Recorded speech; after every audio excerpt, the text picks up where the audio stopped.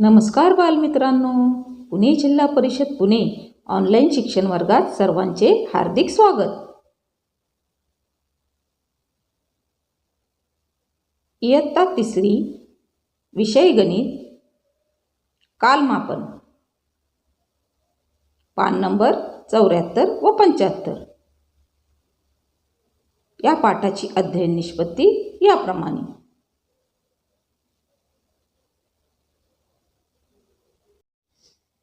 घड्याळाचे वाचन. घड्याळावरून वेळ ओळखणे. हे आहे घड्याळ. घड्याळात 2 काटे असतात, एक छोटा व एक मोठा. छोटा काटा म्हणजे तास काटा, मोठा काटा म्हणजे मिनिट काटा. आता हे घड्याळ पहा. छोटा व मोठा काटा पहा. दोन्ही काटे 12वर आहेत, म्हणजे 12 वाजलेले आहेत. आता हे घड्याळ पहा. यातील लहान काटा 4वर व मोठा काटा 12वर आहे, म्हणजे 4 वाजलेले आहेत. याप्रमाणे छोटा काटा 5वर व मोठा काटा 12वर असेल तेव्हा 5 वाजलेले असतात. छोटा म्हणजे तास काटा 9वर व मोठा काटा म्हणजे मिनिट काटा 12वर असेल तेव्हा 9 वाजलेले असतात. लहान काटा म्हणजे तास काटा हळूहळू फिरतो, तर मोठा काटा म्हणजे मिनिट काटा भरभर फिरतो. लहान काटा तास दाखवतो म्हणून त्याला तास काटा म्हणतात. मोठा काटा मिनिटे दाखवतो म्हणून त्याला मिनिट काटा म्हणतात. आता ह्या घड्याळात पहा.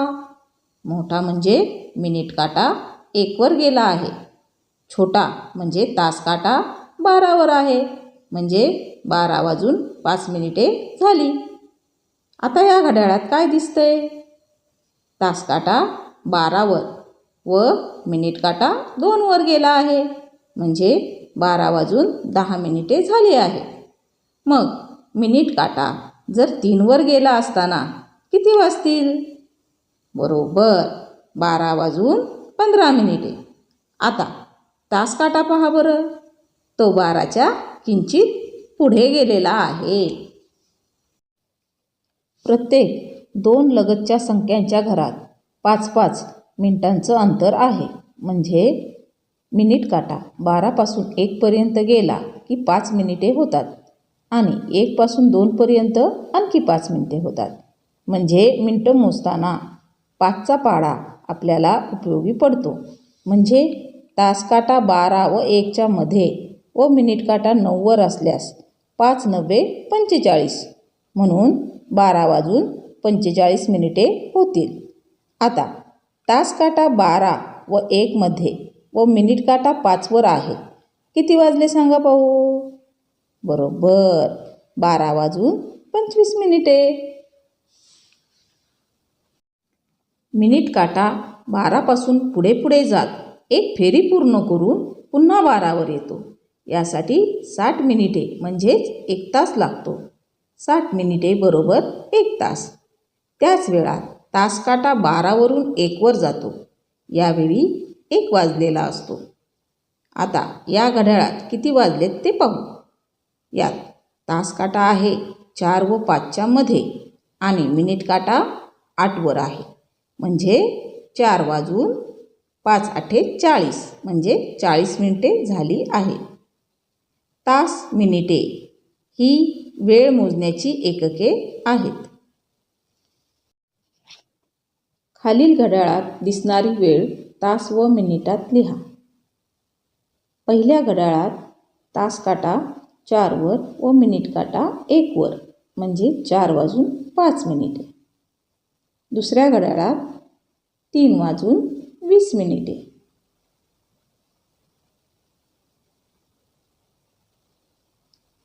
पहिल्या घड्याळात 7 वाजून 35 मिनिटे झाली आहेत. 9 वाजून 55 मिनिटे झाली आहेत. खाली दिलेली वेळ पहा. त्यावेळी काट्यांची स्थिती कशी असेल ते घड्याळात दाखवा. 5 वाजून 10 मिनिटे. तास काटा 5वर आणि मिनिट काटा 2वर. 9 वाजून 5 मिनिटे. तास काटा 9वर व मिनिट काटा 1 वर. 6:20 तास काटा 6 आणि 7च्या मध्ये आणि मिनिट काटा 4 वर. 11:35 तास काटा 11 व 12च्या मध्ये आणि मिनिट काटा 7 वर. खालील प्रत्येक क्रिया पूर्ण होण्यासाठी अंदाजे किती मिनिटे किंवा किती तास किंवा किती दिवस वेळ लागतो ते सारणीत लिहा. पहिले आहे कुकरमध्ये भात शिजणे. यासाठी लागणारा वेळ 15 मिनिटे. गाईचे दूध काढणे. त्यासाठी लागणारा वेळ 15 मिनिटे. आईचा स्वयंपाक. वेळ लागतो 2 तास. पाण्याचा हौद भरणे. यासाठी लागणारा वेळ 2 तास. स्वेटर विणणे. यासाठी 30 दिवस लागतात. गुलाबाची कळी उमलणे. यासाठी 3 दिवस लागतात. दिवसभरात करत असलेली प्रमुख कामे, ती कामे करतानाची वेळ व त्या वेळची घड्याळातील काट्यांची स्थिती खालील सारणीत लिहा. पहिले आहे सकाळी उठणे. घड्याळातील वेळ आहे 6:15 आणि घड्याळातील काट्यांची स्थिती आहे लहान काटा 6च्या पुढे व मोठा काटा 3 वर. आता याप्रमाणे दुसरे काम आहे आंघोळ करणे. घड्याळातील वेळ 8 वाजता आणि घड्याळातील काट्यांची स्थिती आहे लहान काटा 8 वर व मोठा काटा 12 वर. तिसरं काम आहे जेवण करणे. घड्याळातील वेळ आहे 11:30 आणि काट्यांची स्थिती आहे लहान काटा 11च्या पुढे व मोठा काटा 6 वर. खालील घड्याळांची माहिती घ्या. मोबाईलमधील घड्याळ, गजराचे किंवा चावीचे घड्याळ, लंबकाचे घड्याळ, स्वयंचलित घड्याळ, शर्यतीच्या वेळी पंच वापरतात ते घड्याळ म्हणजे स्टॉपवॉच, वाळूचे घड्याळ व सावलीचे घड्याळ. सुरुवातीला माणसाला सूर्य उगवला व सूर्य मावळला एवढेच वेळेचे भान होते, पण आता माणूस सेकंदापर्यंत वेळेचा हिशोब ठेवू शकतो.